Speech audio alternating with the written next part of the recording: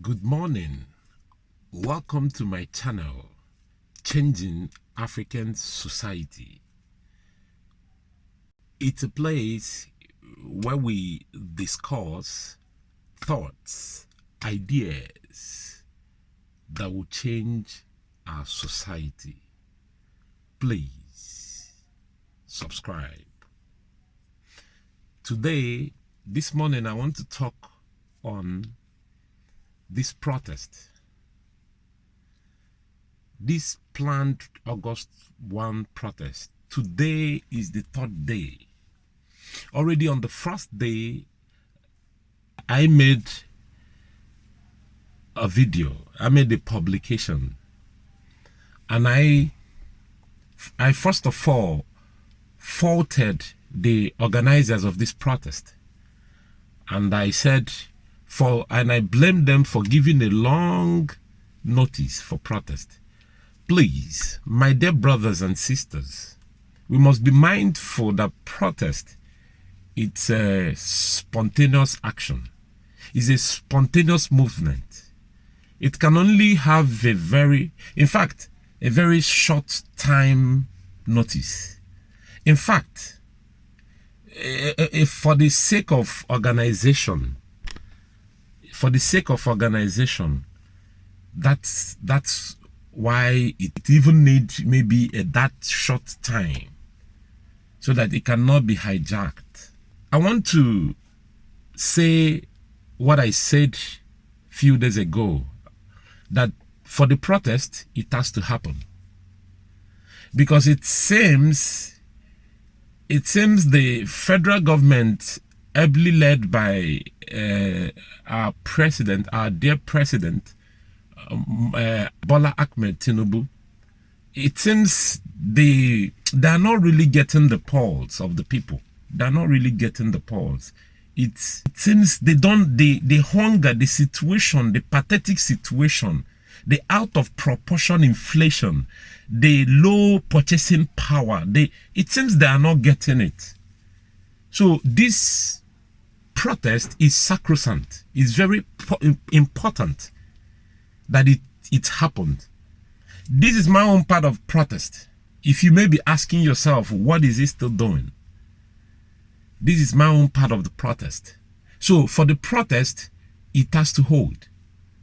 But my disappointment is for some section of the country, some geographical divides that claim that certain persons are sacred and themselves. In fact, as an Igbo man, let me be specific. The Southeast, this is my message to you. I'm so disappointed that we are not part of this protest. Let me emphasize, it should be, because I said extremely non-violent. That's the method of protest we will adopt. Non-violent, but this adjective will be very important. Extremely non-violent protest. That's what I advocate. We should be part of it. And to my disappointment, none of this protest that is happening everywhere is happening in the Southeast. My message to my brothers in the Southeast is, we are gradually losing our stake in the project called Nigeria. It's so painful that our brother contested in an election that went the way it is. But the situation we are talking about now, it's dire than an Igbo man being the president.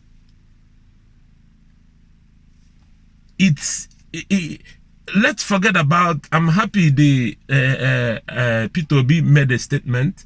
Tinubu is the one in charge. He won the election, and he should address the nation. So what I'm saying, it's painful that we are gradually losing our stake. okay, let me ask us, if peradventure this protest stands to achieve some things, where are the Southeasterners? Are they part of the equation? Do you think you can come and claim a stake? That is my question. Because we're not part of the protest. The hunger, the bad governance, the hunger protest, it's not ravaging the north or ravaging the west and not ravaging in the east. Let us not be sentimental or emotional or personal about this whole thing. So my message to our people, it's so painful. I'm doing my own protest. I'm keeping tabs on the goings in the country, the level of turn up and all whatnot. But please, I must advise, protest. Don't riot. Protest and not riot. Because what I'm seeing in some part of the country depicts riot. Please, the organizers of the protest that are on site, that are participating, the people out there should be educated. And that's why I'm making the video. Protest is not to destroy, it's not riot, it's not to destroy properties, lives. I can understand, like in Abuja, I saw the level of provocation by the law enforcement agency that threw tear gas on armless, peaceful protesters. That's a provocation. So please, protest, don't riot. Protest is a means of expressing our displeasure over our condition, over our living standard. It's happening, it happens in every part of the world. That the Westerners are the way they are is because of protest. You don't anything, it's their right, it's their constitution, is constitutional right, is the right of man and citizen to revolt, to protest on situation that infringe on our right. It's our right to have a better standard of living, a high standard of living. It's our right. It's our right as humans and as citizens. So what I'm saying is protest, don't riot. Then again, the demands that I want to make with this video is federal government. I cannot say subsidy should be removed because it has come to stay. But you and I, all of us know the reason why the subsidy removal and the fuel importation and the fuel pump price is high to as much as today. Since this week it's been sold $8.50. Nobody knows the exact amount we buy petrol from the filling station. Today you buy 600, 680, 700, 710, 720, 780, 800. Say you come back to 750. Nobody knows the exact price we are buying petrol. So my submission, and I believe is the position of Nigerians, please, federal government led by Bola Ahmed Tinubu, the refineries, none of the refineries in the country are currently working. And over the years, over the months, it's been on renovation. But we've been given about four times. It has been postponed for. We are waiting for the August operation, when we were told that the refineries will be in operation. The Warri and the Rivers Port Harcourt Refinery. Please, play your politics. We don't play with politics with state-owned refinery, but please, there is an alternative. You cannot allow the conspiracy, there is an, because it's an alternative. You cannot allow the conspiracy going on, making rounds around Dangote Refinery.